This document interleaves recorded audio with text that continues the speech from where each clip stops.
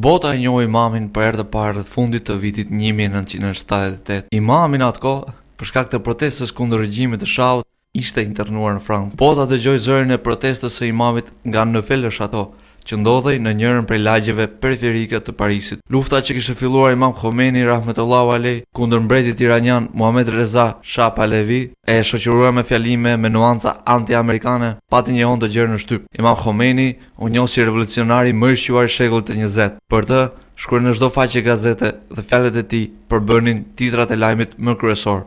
Imazhi i ekspozuar i Imamit ishte kaq i freskët saqë si ai nuk ishin parë ndonjëherë më parë, sidomos në Perëndim, ku Imami me mjekër të bardhë dhe çallën të zezë gjante me një foshnjë e cila kishte lindur nga zemra e historisë dhe rrëfenjat e lashta. Çdo gjë për botën ishte e freskët, madje edhe vetë emri i tij, Ruhullah. Pyetja e cila kishte pushtuar më tepër vëmendjen e gazetarëve dhe politikanëve të botës ishte kjo: se në cilin grup revolucionarësh bën pjesë Khomeini dhe me cilin mund të krahasohet ai? Me Abraham Lincolnin, Leninin, Churchillin, Hitlerin, Mussolinin apo De Gaullein? Na kujton Abdul Nasserin, Nehrun, Castron, ndoshta edhe Che Guevarën. Por Khomeini ndryshon nga të gjithë këta. Ai në shekullin 20 udhëhoqi revolucionin islamik iranian drejt fitores. Ai nuk ishte as komunist, as imperialist dhe as nacionalist. Ai, para se të ishte udhëheqës i një shteti, ishte udhëheqës musliman dhe slogani i tij i famshëm ishte: as lindja as perëndim, Republikë Islamike. Imam Khomeini 45 vjet të jetës së tij i kaloi në qytetin Qum. Ai mborriti në qytetin religjioz të Iranit për të vijjuar studimet fetare. Imami jetën e tij e kaloi në shkollën më të madhe të shkencave religjioze të Iranit, Feyziyeh.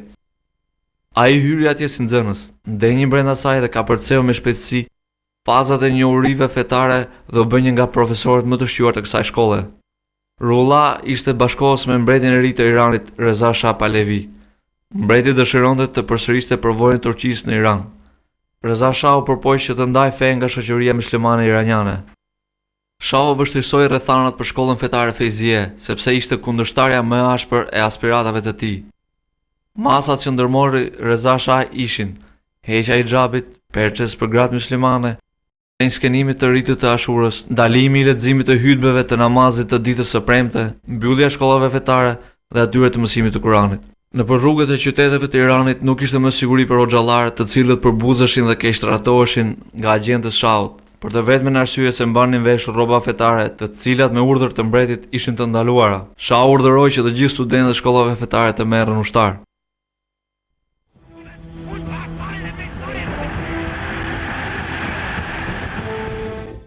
Lufta e dytë botërore u ndes dhe Reza Shah Pahlavi lidhi aleancë me Gjermaninë naziste. Gjermania humbi luftën dhe në të njëjtën kohë ushtria iraniane pësoi humbje të mëdha të shkaktuara nga ushtritë e aleancës. Çizmi i ushtrisë armike shkeli mbar territorin e Iranit nga veriu në jug. Në vitin 1941 Teherani kapitulloi. Britania vendosi të rrëzojë nga afroni mbretin Reza Khan dhe internoi atë jashtë vendit. Në fron hipi djali i tij Reza Shah, i cili 4 muaj pas emërimit mbret pritën në Teheran udhëheqësit e vendeve aleate, Stalin, Churchill dhe Roosevelt. Ata mbajtin një takim në ambientet e ambasadës ruse në Teheran.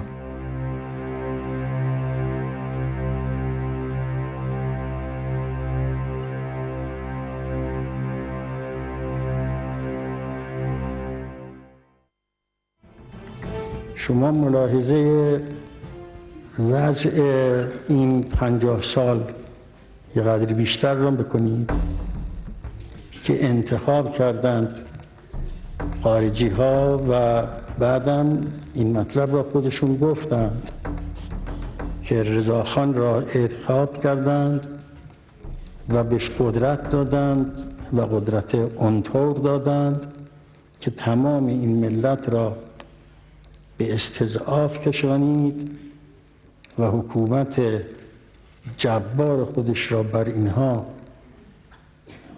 قرار داد و مردم را از همه چیز و بعد از اون هم محمد رضا را گذاشتند با اون همه افرادی که اطراف او بودند و همشون از اونها بودند که طبقه بسیار مرفه و خوشگذران و بالاها به اصطلاح. Qum, kryeqendra shpirtërore e Iranit apo qyteti i dietarëve, siç e quhen shtypi perëndimor, organizoi protestat më të mëdha morale dhe shpirtërore kundër regjimit mbretëror në vitet që kaluan. Edhe në kohën e Muhammad Reza Shahut ishin studentët e shkollave fetare të Kumit që nuk e lanë të qetë Shahun e Teheranit. Shahu ja kishte dalë që në vitin 1953 të mposhte kundërshtarët e vet islamik të maj dhe nacionalist.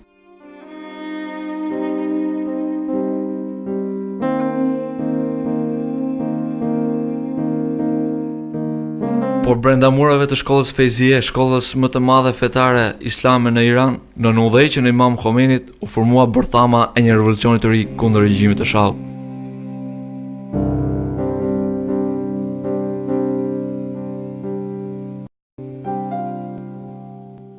Përgjatë mesnatës së muajit qershor të vitit 1963, në shenjë reagimi kundër fjalimit anti-shah që u mbajt në ditën e Ashuras, një repart i ushtrisë mbretërore të veshur si civil sulmuan shtëpinë e Imam Khomenit rahmetullahu alej dhe arburgosi atë në Teheran. Mëngjesin e asaj dite, në rrugët e Teheranit u organizuan protesta masive kundër Shahut, që rezultuan me vrasjen dhe plagosjen e shumë protestuesve. Në pranverë të vitit 1964, Imam Khomeni lirohet nga burgu, po për shkak të veprimtarisë së tij kundër regjimit të Shahut në vjeshtën e po atij viti arrestohet dhe internohet në Turqi. Imami nuk qëndron gjatë në Turqi, sepse qeveria turke e atëhershme ndjehej shqetësuar nga prania e Imam Khomenit. Në tetor të vitit 1965, avioni me të cilin udhëtonte Imam Khomeni lë aeroportin e Ankaras dhe po atë ditë në orën 2 mbasdite avioni ul në aeroportin e Bagdadit. Iraku ishte destinacioni i dytë i internimit të Imam Khomenit rahmetullahu alej. Shahu në vitin 1975 nënshkroi një marrëveshje me Saddam Husseinin, asaj kohe sekretari i parë i presidentit të Irakut. Marrëveshja u nënshkrua me ndërmjetësimin e presidentit të atëhershëm të Algjerisë, Boumediene. Marrëveshja i jepte fund konflikteve kufitare midis dy vendeve. Një nga pikat e kësaj marrëveshje ishte dhe bashkëpunimi reciprok për të neutralizuar veprimtarinë opozitare në të dyja shtetet.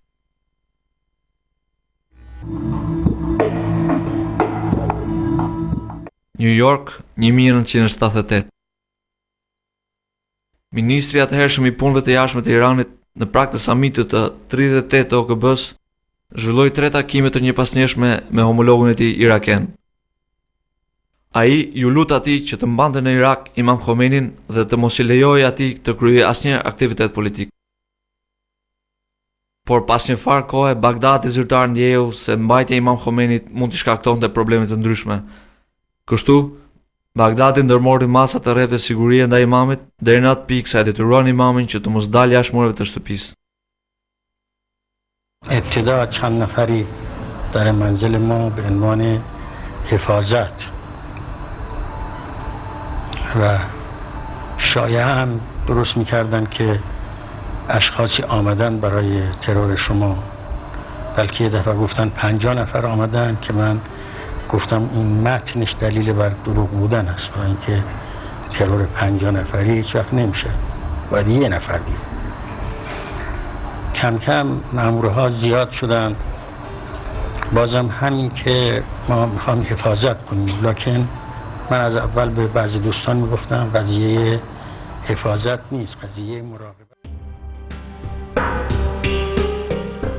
Presioni vazhdoi dhe imami u detyrua që në shtator të vitit 1978, pas 13 vjetësh të largohej nga Iraku dhe të vendoset në Paris, destinacioni i tretë i internimit të tij. Imam Khomeni zgjodhi të banonte në Neufel le Château, një qytet e vogël 25 kilometra larg Parisit. Ai jetoi në këtë shtëpi së bashku me djalin e vet, Seyed Ahmedin, dhe pjesëtar të tjerë të familjes për 85 ditë. Ndërkohë, bashkëshortja e imamit që